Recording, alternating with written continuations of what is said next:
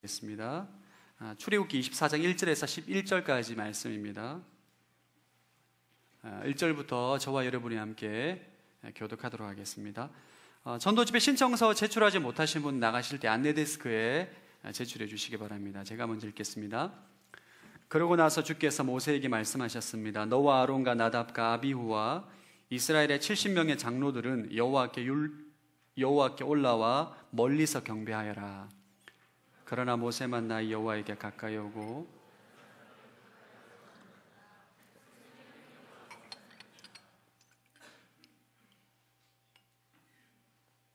제가 3절이죠. 날씨가 너무 좋아서 그렇습니다. 모세는 백성들에게 가서 여호와의 모든 말씀과 율법을 전했습니다. 그들은 한 목소리로 대답했습니다. 여호와께서 말씀하신 모든 것대로 우리가 하겠습니다. 그러자 모세는 여호와께서 말씀하신 모든 것을 기록했습니다. 모세는 다음날 아침 일찍 일어나 산자락에 제단을 쌓고 이스라엘의 12지파를 나타내는 돌기둥 12개를 세워놓았습니다. 그러고 나서 모세는 이스라엘 젊은이들을 보내 번제를 드리게 하고 여호와께서 어린 소들을 화목제로 드리게 했습니다. 모세는 그 피의 절반을 가져다가 대접에 담고 남은 절반은 제단에 뿌렸습니다. 그리고 나서 모세는 언약책을 가져와 백성들에게 읽어주었습니다. 그러자 백성들은 여호와께서 말씀하신 모든 것대로 순종하겠습니다 라고 대답했습니다.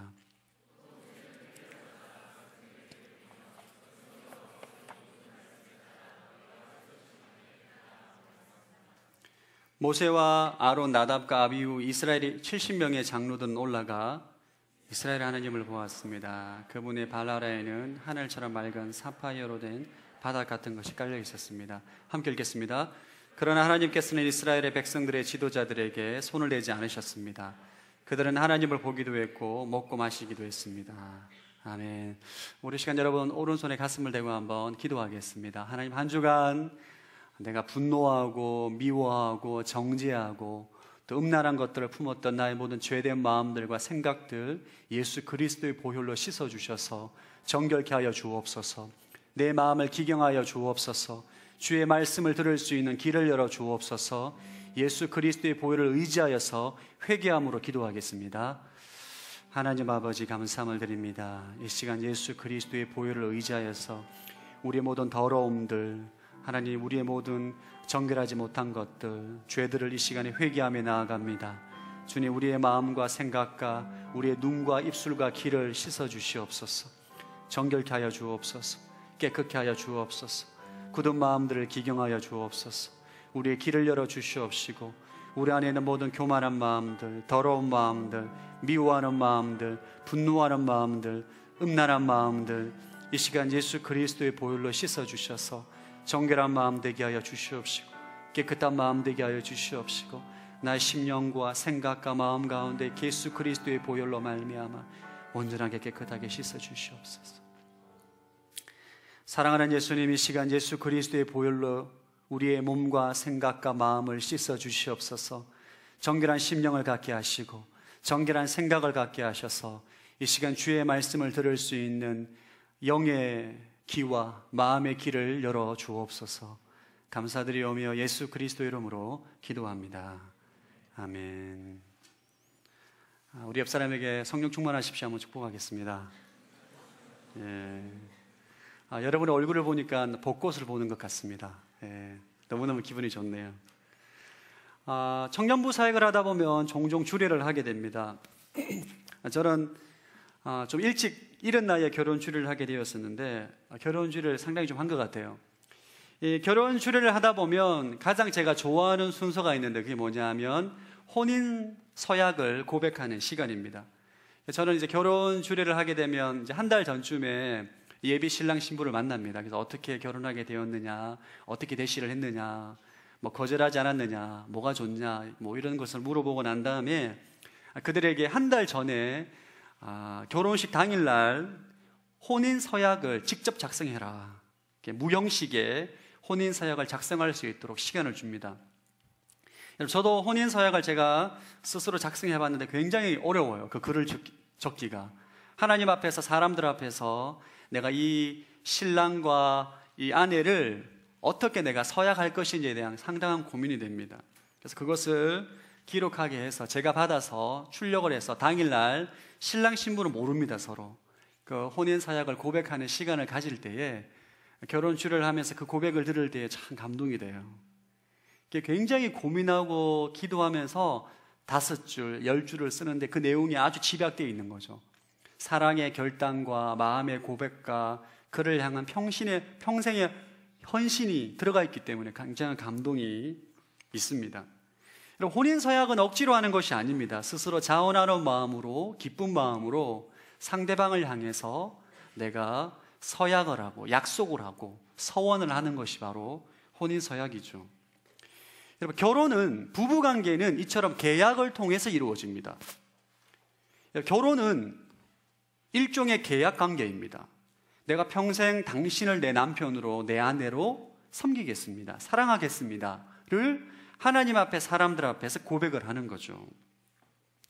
하나님과 우리와의 관계도 이와 같습니다. 성경은 하나님과 우리와의 관계를 부부로 묘사합니다. 하나님은 신랑이고 우리는, 하나님 백성은 신부로 묘사를 합니다. 이런 계약 관계를 성경에서는 언약이라고 말합니다. 언약. 오늘 본문은, 조금 전에 읽은 오늘 본문은 시내산에서 하나님과 이스라엘 백성들이 언약을 맺은 구체적인 장면입니다. 하울링을 조금 줄여주시기 바랍니다. 모니터. 오늘 본문에 보면 시내산에서 하나님과 이스라엘 백성들이 맺게 되는 이 시내산 언약은 오늘날 예수 그리스도를 통해서 우리가 하나님과 우리와 맺게 되는 언약을 예표하는 그림자입니다. 첫 번째 나누고 싶은 주제는 우리는 언약 백성이다 라는 주제로 말씀을 함께 나누기를 원합니다. 3절 한번 읽어보겠습니다. 시작. 모세는 백성들에게 가서 여호와의 모든 말씀과 율법을 전했습니다. 그들은 한 목소리로 대답했습니다. 여호와께서 말씀하신 모든 것대로 우리가 하겠습니다. 여러분, 모세가 하나님에게 십계명과 율법을 받습니다. 출애굽기 20장, 21장, 23장, 24장 말씀을 다 받아서 백성들에게 전하는 거죠. 그때 모든 백성들이 우리가 여호와께서 말씀하신 모든 말씀대로 순종하겠습니다 라고 지금 구두로 계약을 합니다. 모세가 하나님께 받은 모든 말씀을 듣고 그 말씀을 그대로 전하고 이스라엘 백성들은 하나님께서 프로포즈를 합니다. 너희들이 이 율법, 십계명과 율법을 지키면 내가 엄청난 축복을 줄 것이고 나는 너희의 하나님이 될 것이고 너희는 나의 백성이 될 것이다 라고 프로포즈를 했을 때 이스라엘 백성들이 아멘, 여호와 하나님께서 우리의 하나님이 되기를 원하고 우리는 당신의 백성이 되기를 원합니다 라고 구두로 지금 언약을 맺는 장면이에요. 또 구체적으로 언약을 맺는 장면이 나오는데 4절과 5절 한번 읽어보겠습니다. 시작. 그러자 모세는 여호와께서 말씀하신 모든 것을 기록했습니다. 모세는 다음날 아침 일찍 일어나 산자락에 제단을 쌓고 이스라엘의 12지파를 나타내는 돌기둥 12개를 세워놓았습니다. 그러고 나서 모세는 이스라엘의 젊은이들을 보내 번제를 드리게 하고 여호와께 어린 소들을 화목제로 드리게 했습니다. 이제 모세는 하나님께 주신 십계명과 율법을 서면으로 기록을 합니다. 이 언약책에 다 기록을 하는 거죠. 지금 서면 계약을 하는 거예요. 지금 언약책에 다 기록하고 난 다음에 제단을 쌓고 12지파를 나타내는 12개의 기둥을 쌓아서 번제와 화목제를 드립니다. 지금 이 모세는 구두로만 언약을 맺는 것에 그치는 것이 아니라 지금 서면으로 계약서를 지금 작성하는 거예요. 그리고 피의 언약을 맺게 됩니다. 자, 6절과 7절 한번 읽어보겠습니다. 시작. 모세는 그 피의 절반을 가져다가 대접에 담고 남은 절반은 제단에 뿌렸습니다. 그러고 나서 모세는 언약책을 가져와 백성들에게 읽어주었습니다. 그러자 백성들이 여호와께서 말씀하신 모든 것대로 순종하겠습니다 라고 대답했습니다. 그럼 하나님과 이스라엘 백성들의 언약은 일방적인 언약이 아닙니다. 하나님께서 십계명과 율법을 충분히 설명하시고 이제 언약책에 기록해서 한 번 더 읽어줍니다. 이스라엘 백성들이 보면 7절에 보면 언약책을 가져와서 백성들에게 한 번 더 읽어줄 때 모든 백성들이 여호와께서 말씀하신 모든 것대로 순종하겠습니다, 아멘 하고 응답하는 거예요. 8절에 한번 읽어보겠습니다. 8절 시작. 또 모세는 피를 가져다가 백성들에게 뿌리며 이것은 여호와께서 이 모든 말씀에 따라 너희와 세우신 언약의 피다 라고 말했습니다. 서면으로 율법을 다 기록하고 난 다음에 다 읽어주고 난 다음에 계약서를 하나님께서 작성을 합니다. 이스라엘 백성들도 계약서를 작성을 해요. 그리고 난 다음에 동물을 죽여서 피를 받아가지고 피의 반은 제사로 드리고 번제로 제사를 드리고 나머지 피는 백성들에게 뿌립니다. 언약을 맺는 거예요. 고대 근동에는 언약을 맺을 때에, 계약을 맺을 때에 그냥 계약서에 사인만 하는 것에 그치지 않습니다. 오늘날처럼 서명 계약서에 부동산 계약을 할 때 집주인과 세입자가 사인하는 것에만 그치는 것이 아니라 동물의 피를 뿌립니다. 이것은 무엇을 의미하냐 하면 만약 이 계약을 파기하면 너는 이 피의 대가를 보게 될 거다, 이 의미입니다.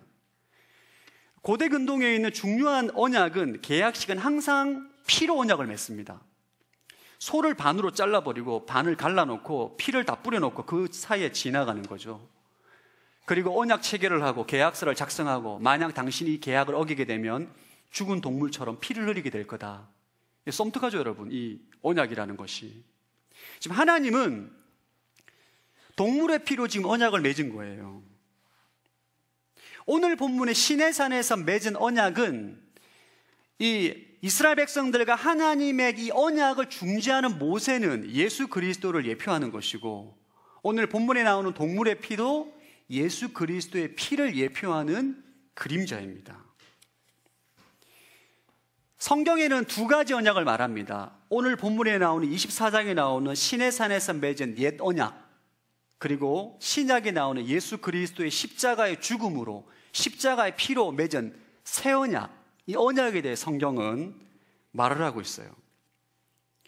그러나 이스라엘 백성들은 결국 이 옛 언약을 파기합니다. 부부관계로 비유하면 아내가 바람을 핀 거죠. 외간 남자와 바람을 피고 하나님을 배신하게 됩니다.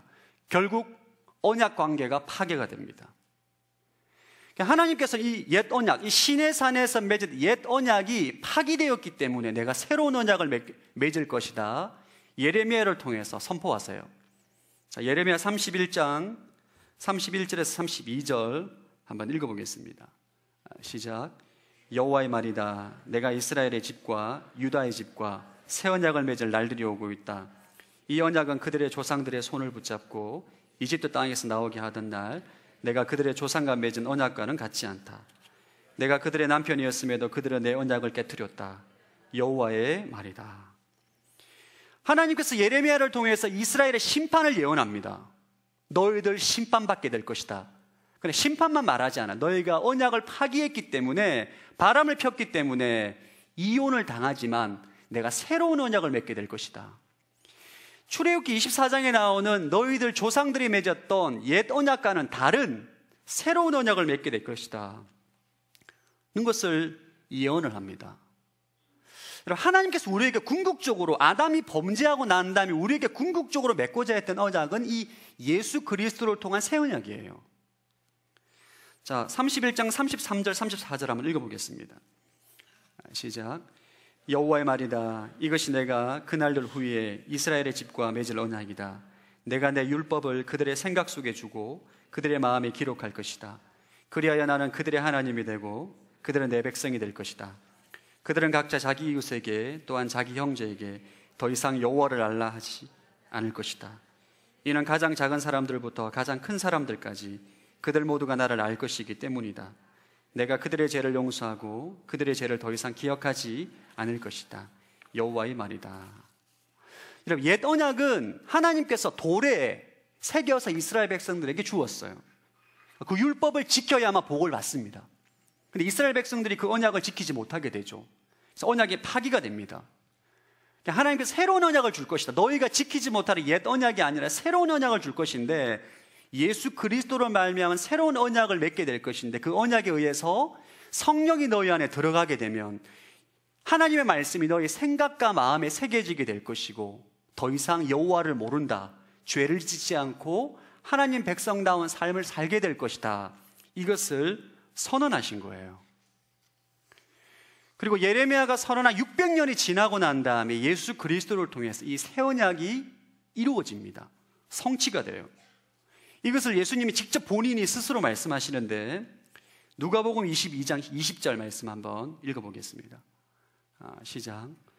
빵을 드신 후 예수께서 마찬가지로 잔을 들고 말씀하셨습니다. 이 잔은 너희를 위해 흘리는 내 피로 세우는 새 언약이다. 예수님은 십자가에 달려 돌아가시기 전날 밤에 제자들을 불러다 놓고 떡과 잔으로 성찬식을 거행합니다. 내일 내가 십자가에 달려 될 십자가의 죽음은 너희들과 내 피로 세우는 새 언약이다. 이것을 제자들에게 가르치고 너희는 이것을 기념해서 앞으로 성찬식을 거행해라 말씀하시는 거예요. 성경은 언약에 관련된 책입니다. 구약은 옛 언약, 신약은 새 언약. 구약은 옛 언약의 백성들이 살아가는 삶의 방식에 대해서 말하고 있고, 신약은 새 언약에 의해서 하나님과의 언약 관계를 맺은 언약 백성들이 살아가는 삶의 방식에 대해서 기술하고 있는 책이 성경책이에요. 이 옛 언약과 새 언약으로 이 관련된 것으로 인해서 이단 사이비가 굉장히 많습니다. 신천지, 하나님의 교회, 안상홍 증인회, 통일교, 모든 이단 사이비 이 새 언약, 옛 언약으로 잘못된 교리로 사람들을 미혹하고 있는 거죠. 이 언약에 대해서 제가 옛 언약과 새 언약에 대해서 말씀을 드렸어요. 이런 질문을 하신 분이 계실 거예요. 이 언약에 나와 무슨 상관이냐? 구약의 이스라엘 백성들 후손들이 이렇게 묻지 않았겠어요? 아니, 할아버지, 출애굽기 20장, 24장이나 수백 년 전에 시내산에서 맺은 옛 언약과 내가 무슨 상관입니까? 라고 물을 수 있는 거죠. 지금 시내산에서 하나님과 직접 언약을 맺은 할아버지들은 하나님의 백성이 되고 그들에게 그 하나님이 되지만 수백 년이 지난 이스라엘 후손들에게 그 언약이 나와 무슨 상관입니까? 라고 물을 수가 있는 거죠. 이스라엘 백성들은 12세에 성인식을 가집니다. 성인식. 우리나라도 이제 만 19세인가 20세인가요? 할렐루야. 언제 성인식을 한지 정확히 기억을 못 하겠는데, 우리나라는 성인식을 하게 될 때 이제 더 이상 19금 영화를 숨어서 보지 않아도 된다, 이런 식으로 술과 담배를 자유롭게 할 수 있다, 이런 의미의 성인식의 개념이 많습니다. 이스라엘 백성들의 성인식의 개념은 그게 아니에요. 성인식 날 동물의 피로 이 언약식을 맺습니다. 하나님 율법을 다 읽어주고 난 다음에 네가 이 율법에 순종하면, 동물의 피로 하나님과의 언약식을 거행하면 여호와 하나님이 너의 하나님이 될 것이고 너는 하나님의 백성이 될 것이다 라고 12세의 성인식 때에 이 언약식을 체결하게 돼요. 그러면 그 이스라엘의 백성은 언약 백성이 되는 것입니다. 신약 시대를 살아가는 우리는 어떻게 언약 백성이 되는가? 어떻게 되죠? 우린 세례식을 통해서 언약 백성이 되는 거예요, 여러분. 여러분이 세례문답을 통해서, 세례문답을 억지로 하지 않습니다. 세례문답을 예수 그리스도와 함께 십자가에 죽고 다시 사는 십자가 복음을 말하고, 세례문답을 통해서 하나님 앞에 사람 앞에 세례식을 통해서 그는 예수와 함께 죽고 살아남으로 새 언약 백성이 되는 거예요. 할렐루야. 그렇기 때문에 세례식이 너무너무 중요합니다. 제가 군대에서 세례를 받았습니다. 제가 세례 받을 때는 예수님을 잘 알고 세례 받은 게 아니에요. 이등병 때 저희 고참이 영민아, 세례를 받으면 토요일날 하루 쉬게 해준다고 유혹을 하고, 소보루빵, 자유시간, 핫브레이크, 초코파이, 칙차 네가 먹고 싶은 만큼 준다, 유혹을 해가지고 그 유혹에 제가 넘어가 세례를 받은 거 아닙니까? 세례 문답 전혀 기억이 안 납니다. 제가 세례 받을 때 성령께서 굉장히 임하셔가지고 성령의 충만함을 경험할 줄 알았어요. 그런 느낌 전혀 없었습니다. 물이 차갑구나, 목사님의 손이 의외로 따뜻하네. 놀라운 거는 그때 세례 받은 제가 지금 온누리교회 목사로 심우하고 있다는 거죠. 여러분, 세례를 받는다는 것은 하나님과 내가 언약 관계가 형성이 된다는 거예요. 할렐루야. 여러분들이 세례를 받았음에도 불구하고 하나님과의 관계를 의심하는 분이 계시다면 이 개념이 없는 거예요. 언약에 대한 개념.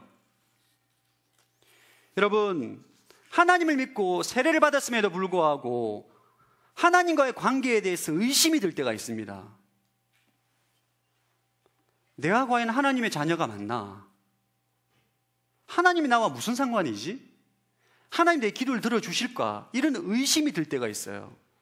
이런 모든 의심은 마귀가 주는 생각입니다.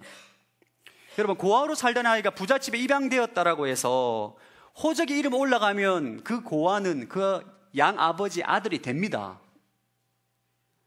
그 고아가 계속 죄를 짓고 감정이 아버지가, 그 양아버지가 내 아버지 같지 않고 뭔가 이상한 감정이 든다고 해서 법적인 신분이 바뀌는 게 아니에요. 여러분들이 하나님 앞에서 사람들 앞에 세례를 받았다면 하나님의 백성이 된 줄로 믿으시기를 축복합니다. 아멘. 믿는 거예요, 그거를. 자, 오른손에 가슴에 얹고 한번 절다. 나는 언약 백성이다. 나는 하나님의 자녀이다. 아멘. 세례식을 거행했다면 여러분, 하나님과 결혼을 한 거예요. 예수 그리스도 여러분의 구주가 되었습니다. 아멘. 여러분 언약 백성이 된 거예요. 하나님의 자녀가 된 것입니다. 마귀는 끊임없이 의심을 줘요. 너는 믿음이 없지 않느냐? 너는 은혜를 모르지 않느냐? 너는 복음을 모르지 않느냐? 너 기도하지 않지 않느냐? 너 말씀 안 보잖아. 끊임없는 거짓말로 혼란과 의심을 마귀가 우리 머릿속에 줘요.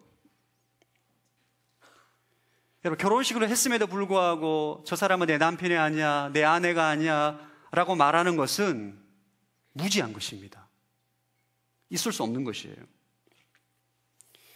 여러분들 가운데 신앙생활하고 있음에도 불구하고 아직까지 세례를 받지 않은 분이 계시다면 세례를 받기를, 결단하기를 축복합니다. 세례를 받는 것이 굉장히 중요한 영적인 사건이에요. 그게 아무렇지도 않은 것이 아닙니다. 세례는 너무너무 중요한 것입니다. 연애하는 건 좋아하지만 결혼하는 것을 싫어하는 사람은 결혼하고 난 다음에 서로에 대한 헌신하고 수고하는 것을 싫어하는 것이, 연애의 기쁨은 누리고 싶지만 결혼의 헌신은 피하고 싶은 거죠. 여러분, 신앙생활하면서 세례를 받지 않는다는 것은 그와 같은 것입니다. 하나님과의 언약 관계가 명확해져야 돼요. 그리고 여러분, 우리가 매월 첫째 주에 드려지는 성찬식, 떡과 잔의 동참함으로 우리는 나는 하나님의 구원받은 언약 백성임을 기억하는 거예요. 아멘. 우리는 정체성이 명확해야 돼요, 여러분. 옆 사람이 당신은 하나님의 백성임에다 한번 축복하겠습니다. 우리는 예수 그리스도의 보혈로 하나님의 자녀가 되었고 언약 백성이 된 것입니다. 세상에서 흥청망청 살아가는 그들과는 완전히 다른 존재예요. 이것이 우리 안에 정체성이 명확해야 됩니다. 오늘 본문에는 옛 언약으로 이스라엘 백성들이 하나님의 백성이 되었고 언약 관계가 되었다라는 것을 말하는 것과 함께 우리에게 무엇을 말씀하고 있는가? 우리들은 예수 그리스도의 보혈로 인하여서 새 언약으로 말미암아 하나님과 언약 관계가 되었다라는 것을 우리에게 말해주고 있어요. 여러분, 경찰 제복을 입으면 경찰다운 삶을 살아야 되고 행동을 해야 됩니다. 마찬가지로 여러분, 그 사람은 정체성에 따른 삶을 살아야 돼요. 하나님 백성이자 언약 백성인 우리는 언약 백성다운 삶을 살아야 됩니다. 오늘 본문에는 이스라엘 백성들이 하나님의 언약 백성이 되고 난 다음에 두 가지 의무를 주십니다. 우리도 마찬가지예요. 예수님으로 말미암아 새 언약 백성이 되었다면 우리에게는 두 가지 의무가 주어지게 됩니다. 첫 번째 의무가 뭐냐 하면 예배입니다. 예배. 여러분, 언약 백성의 가장 중요한 것은 예배하는 삶이에요. 자, 1절과 2절 한번 읽어보겠습니다. 시작.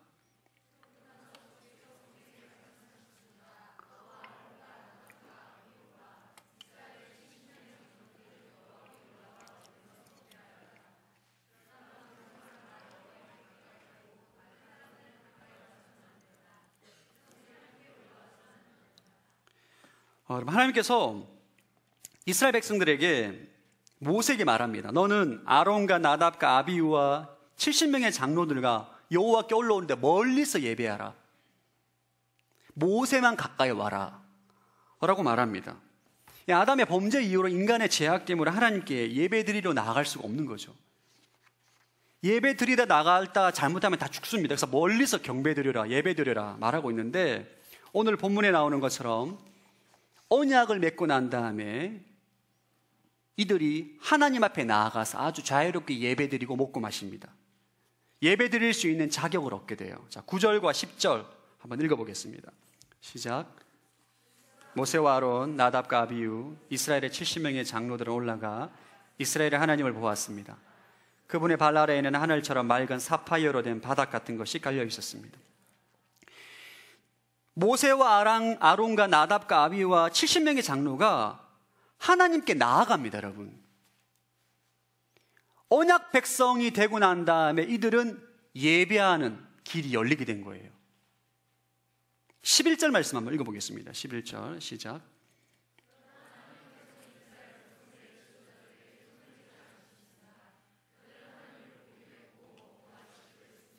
하나님을 봅니다. 심지어는 하나님의 영광을 본 거죠. 하나님의 영광을 보면 여러분 죽습니다.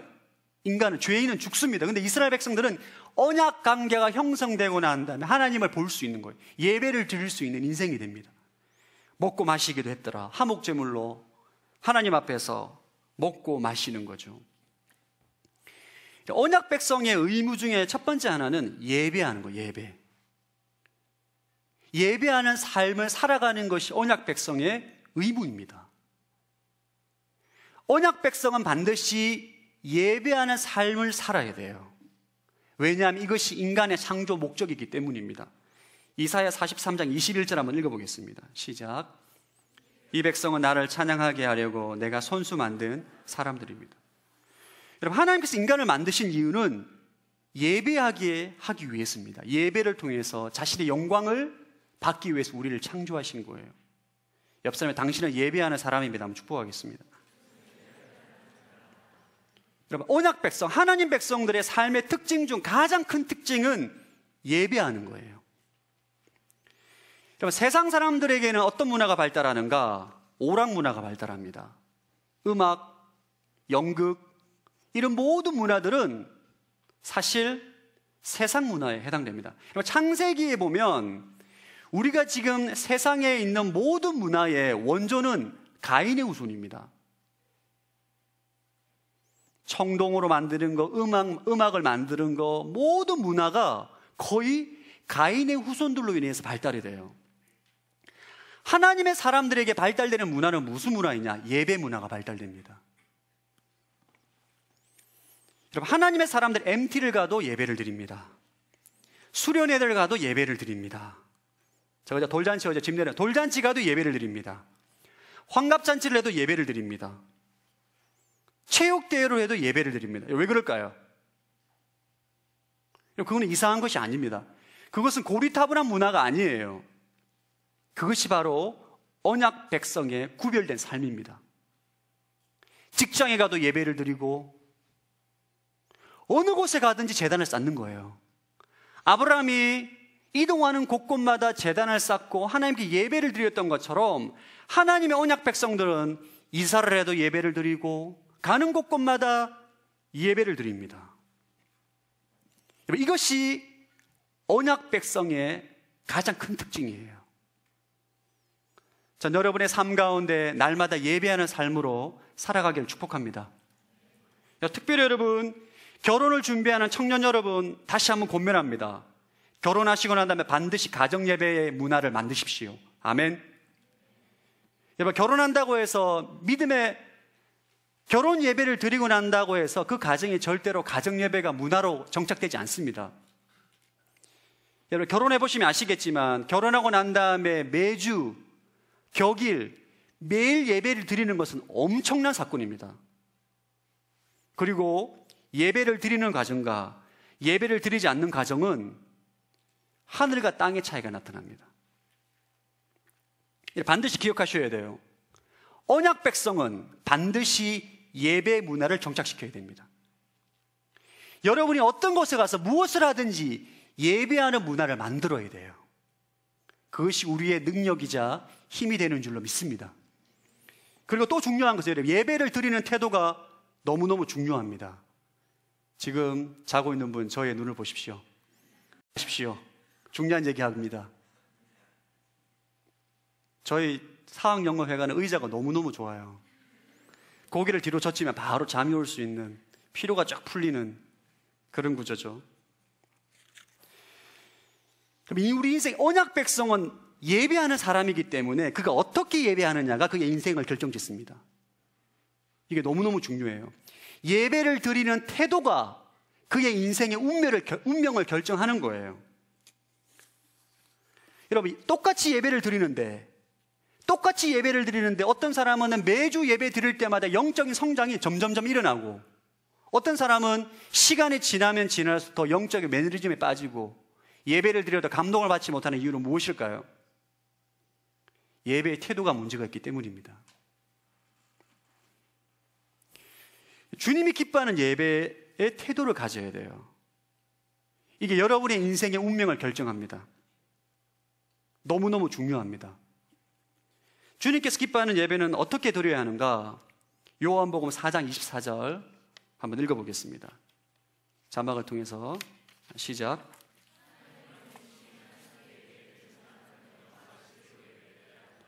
어떻게 예배를 드려야 한다고 되어 있죠? 영과 진리. 영은 성령입니다. 예배는 영으로 드리는 거예요. 영으로. 성령님의 사로잡힌 예배를 드리는 거예요. 하나님은 영입니다. 하나님의 눈에 보이는 대상이 아니에요. 하나님은 영이십니다. 우리의 영이 성령의 충만함과 성령의 사로잡힘을 받아서 예배를 드리는 것입니다. 이것이 주님께서 기뻐하는 예배의 태도이자 행위예요. 여러분이 성령님에 사로잡히면 나타나는 현상이 하나님을 갈망합니다.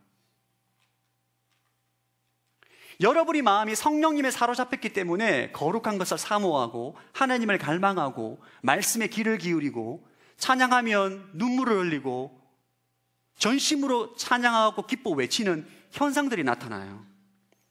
그러나 악한 영에 사로잡히게 되면 우리의 마음이 하나님에 대한 관심이 사라집니다.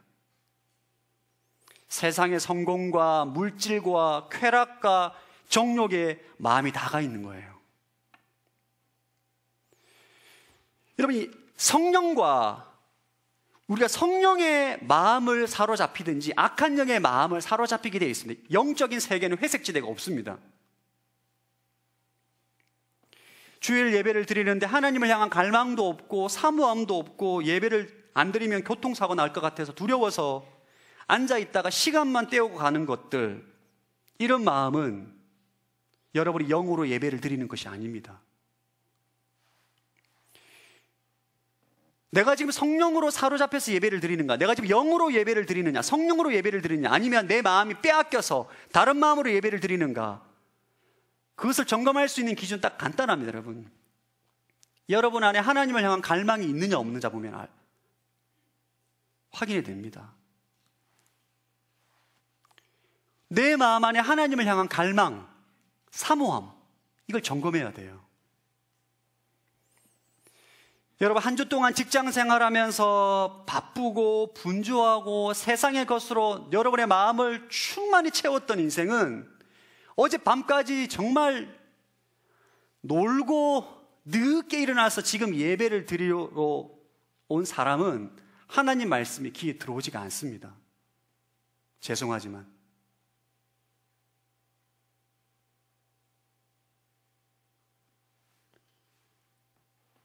여러분, 제가 지금 심각한 말씀을 전하는 거예요. 이것이 반복이 되면 여러분은 더 이상 하나님을 갈망하지 않는 마음이 됩니다. 이것이 더 반복이 되면 영적인 매너리즘에 빠지게 되고 하나님을 예배해도 더 이상 공급받지 못하는 거예요. 습관일 뿐입니다. 그럴 때는 회개를 하셔야 돼요. 여러분의 마음이 성령으로 충만하지 않고 세상으로부터 다른 것으로 채워져 있는 여러분의 마음을 회개하셔야 됩니다. 성령님으로 채워달라고 회개를 하셔야 돼요. 두 번째, 진리로 드린다는 것은 진리에 반응하는 예배입니다. 시내산에서 모세가 주의 말씀을 전했을 때 이스라엘 백성들이 아멘 하고 반응합니다. 아멘. 여호와의 말씀 우리가 순종하겠습니다 라고 응답을 한다고요. 이것은 무엇이냐? 진리에 반응하는 태도입니다. 그럼 예배에는 반드시 진리의 말씀이 선포가 됩니다. 오늘 모세가 시내산에서 하나님 말씀을 선포할 때 이스라엘 백성들에게 2번이나 선포합니다. 그때 이스라엘 백성들은 아멘, 주의 말씀에 순종하겠습니다, 반응을 하는 거죠. 진리로 드린다는 것은 여러분의 진리에 반응하는 거예요. 전 여러분들이 진리에 뜨겁게 반응하길 바랍니다. 자, 아멘 크게 한번 해주세요. 반응 여부 약해요, 여러분. 진리로 반응하는 인생이 되십시오. 아, 약해요, 여러분. 여러분, 진리에는 반응을 해야 돼요. 사람은 여러분 반응하게 되어 있습니다. 지나가다 너무 예쁜 자매가 있으면 남자는 반응하게 되어 있어요. 헉, 예쁘다. 지나가는데 너무 좋은 차가 있으면 남자는 반응을 합니다. 우와, 멋있다. 마찬가지로 진리의 말씀이 선포될 때 아멘! 내 삶 가운데 진리가 구현되기를 원합니다. 반응을 해야 돼요. 아멘. 그것이 진리로 드리는 예배입니다. 여러분, 진리가 지나갈 때는 잡아야 돼요. 진리가 선포될 때는 붙잡아서 내 마음에 이루어지도록, 그 진리가 내 삶 가운데 구현되도록, 아멘 주님, 내 인생 가운데 진리가 구현되게 해주십시오. 반응을 해야 돼요. 그러는 것이 예배를 기뻐하는 주님의 예배 드리는 태도입니다. 제가 왜 이렇게 열변을 통해서 말씀을 전할까요? 여러분이 예배를 드리는 태도가 여러분 인생을 결정짓게 돼 있어요. 여러분, 다윗과 사울을 보십시오. 다윗은 신령과 진정으로 영과 진리로 예배드리는 인생입니다. 그는 사망의 음침한 골짜기를 걸어갈지라도 그는 사망의 음침한 골짜기가 하나님을 예배할 때 푸른 초장으로 변하는 거예요. 그러나 넓고 편안한 왕궁에 있어도 하나님을 예배하는데 실패한 사울은 어느 곳에 있든지 사망의 음침한 골짜기로 변하게 됩니다. 다윗의 인생은 하나님께서 높여주시고 예배에 실패한 사울의 인생은 가문이 망합니다. 여러분이 좋은 회사를 들어가기 위해서, 회사에서 진급을 하기 위해서 그렇게 노력을 하고 수고를 하시죠. 좋은 배우자를 만나기 위해서 소개팅을 하고 선을 보고 데이트를 하고 시간과 물질을 쓴다고요. 마찬가지로 여러분, 예배를 드리기 위해서 여러분 노력해야 됩니다. 아멘. 좋은 예배자가 되기 위해서 여러분 열정을 드려야 된다고요. 이것이 언약 백성의 의무입니다. 왜 그렇게 하시느냐? 여러분이 하나님 안에 있는 풍성한 복을 누리고 축복된 삶을 살기 위해서는 매일매일 그렇게 예배를 드려야 된다는 거예요. 두 번째, 언약 백성의 두 번째 의미는 따라합시다. 순종. 하나님 언약 백성들에게 요구하시는 것이 예배하는 삶을 요구하시고 순종하는 삶을 요구하십니다. 자, 7절 한번 읽어보겠습니다. 7절 시작.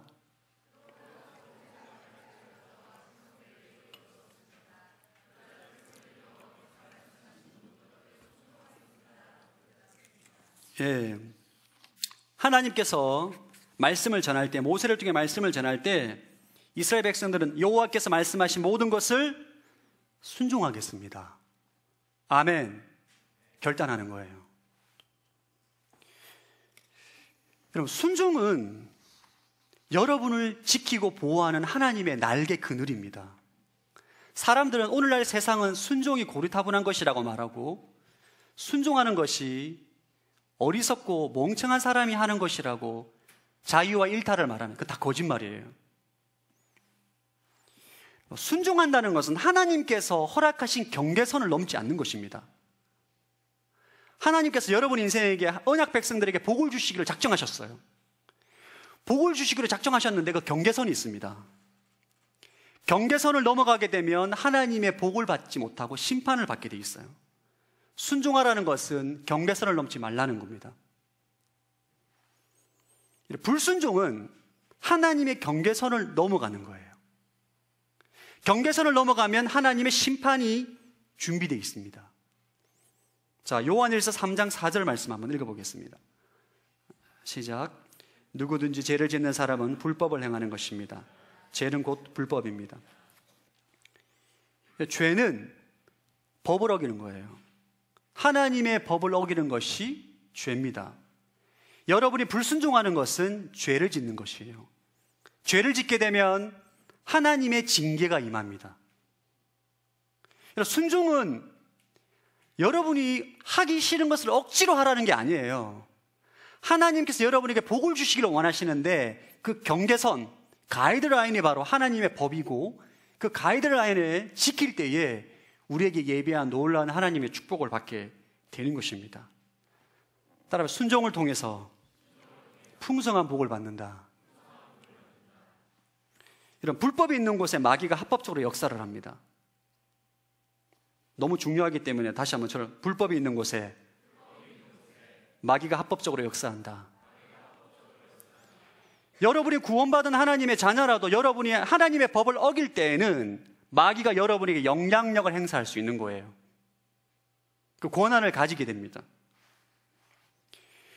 여러분이 하나님 말씀에 순종함으로 그리스도 안에 있는 모든 풍성한 삶을 누리도록 하나님께서 예비해 놓으셨는데 여러분이 계속 법을 어길 때마다 마귀가 여러분의 마음을 뺏어버립니다.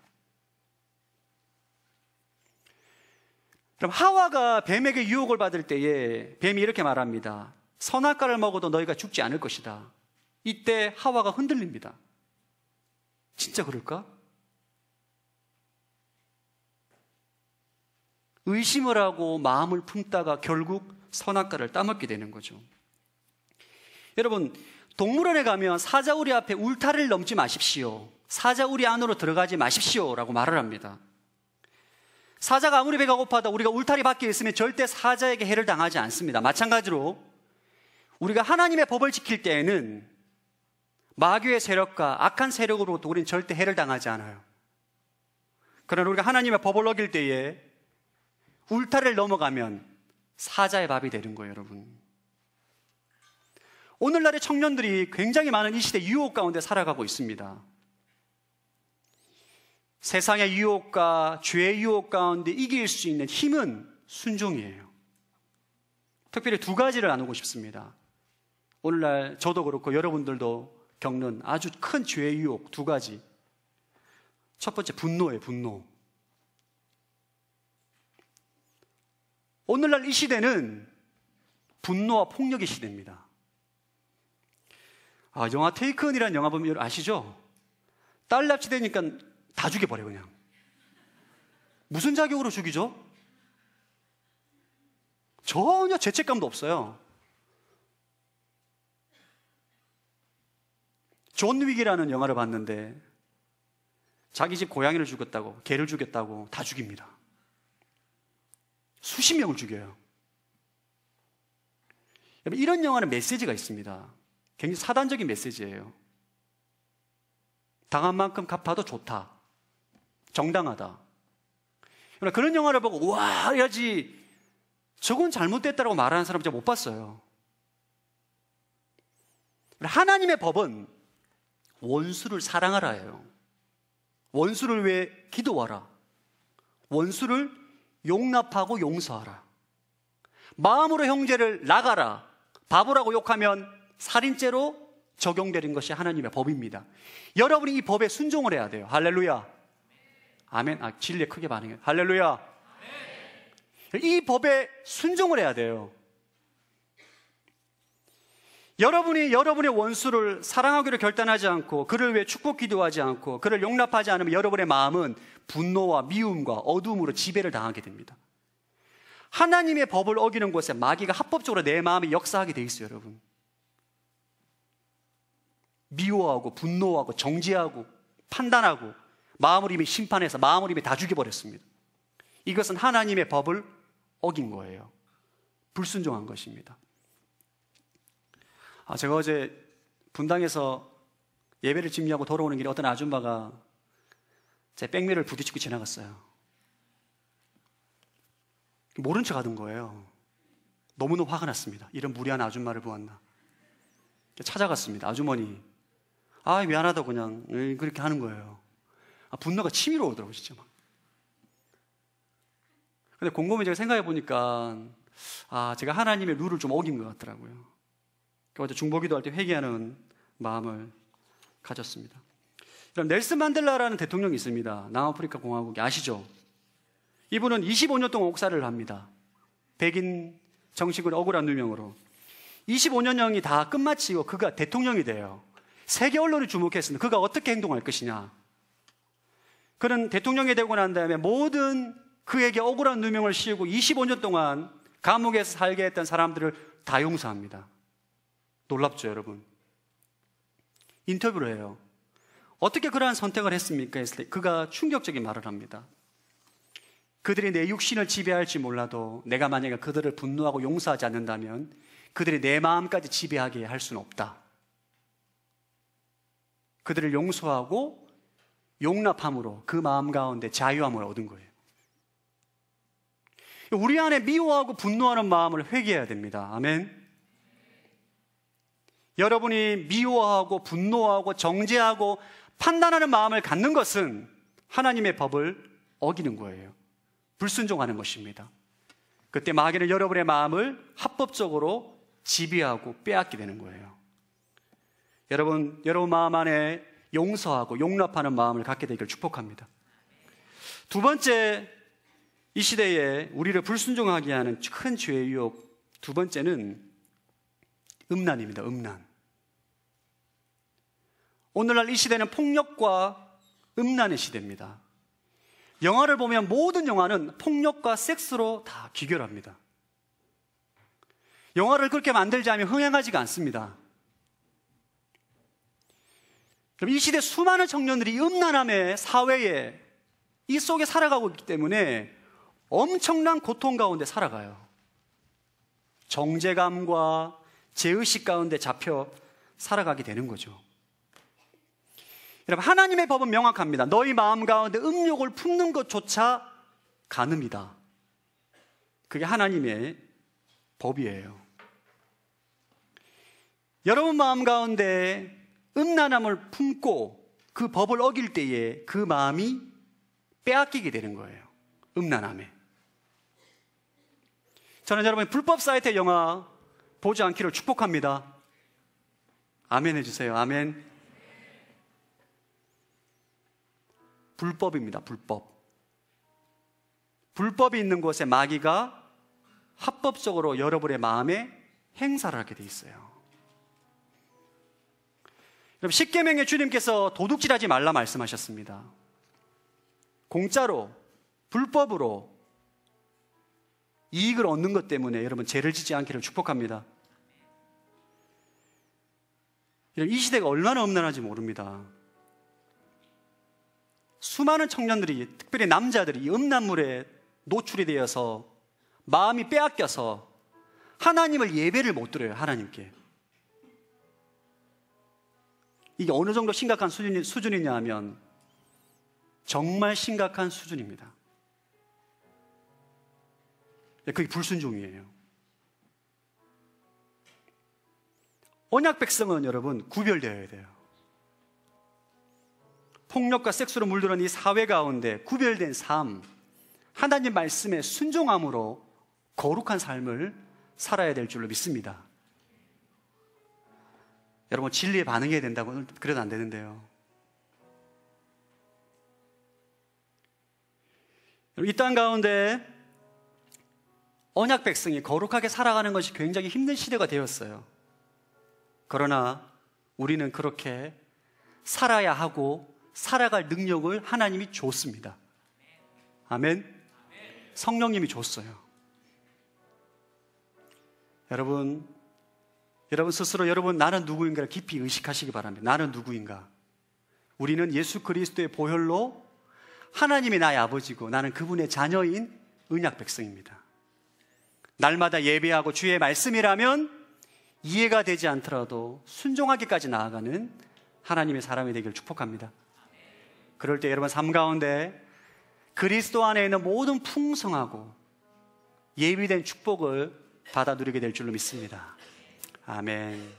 우리 시간 다 함께 일어나서 우리는 주의 백성이오니 함께 찬양하고 주 앞에 기도함으로 나가겠습니다. 우리는 주